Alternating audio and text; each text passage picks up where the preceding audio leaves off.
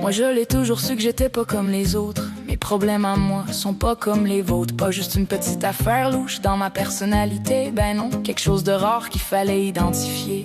J'ai fouillé sur le net pour comprendre qui j'étais. Parce que se connaître toute seule c'est long pis c'est pas parfait. J'avais besoin d'un mot, d'un signe pis d'une explication, d'une belle petite étiquette pour calmer toutes mes questions. J'ai commencé par un test de personnalité, celui qui dit vraiment qui tu es. Ça m'a dit que j'étais douce, profonde puis créative, avec une âme fragile puis des pensées ben trop intuitives. Le texte parlait de moi et c'était presque troublant. Même s'il pouvait parler à la moitié du continent, c'était assez général pour que tout le monde se reconnaisse, mais assez personnel pour que mes doutes disparaissent.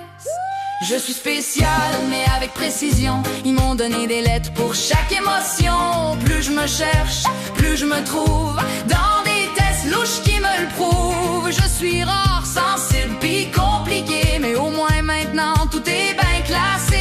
Avant j'étais juste bien mélangé. À cette heure j'ai des lettres pour tout expliquer.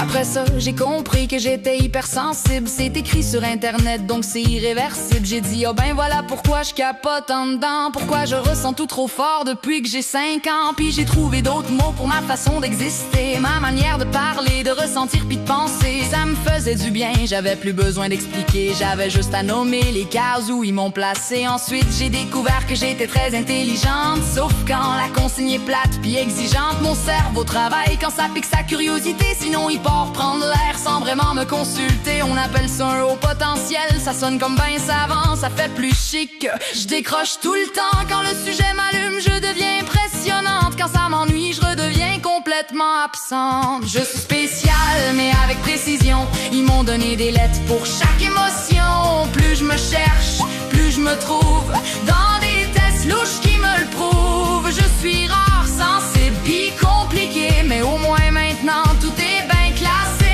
Avant j'étais juste bien mélangé. À cette heure j'ai des lettres pour tout expliquer.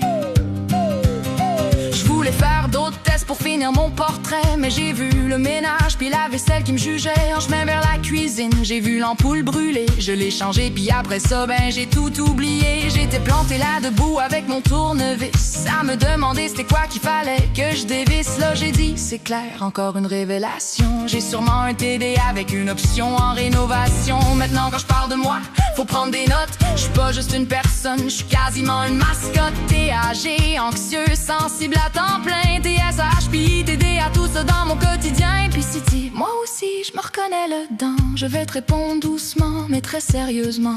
Ouais, mais moi c'est plus rare, plus profond, plus intense. Toi c'est peut-être pareil, mais avec un peu moins de conscience. Je suis spéciale, mais avec précision. Ils m'ont donné des lettres pour chaque émotion. Plus je me cherche, plus je me trouve dans des tests louches qui me le prouvent. Je suis rare, sensible pis compliqué, mais au moins maintenant tout est bien classé.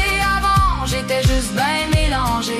À cette heure j'ai des lettres pour tout expliquer.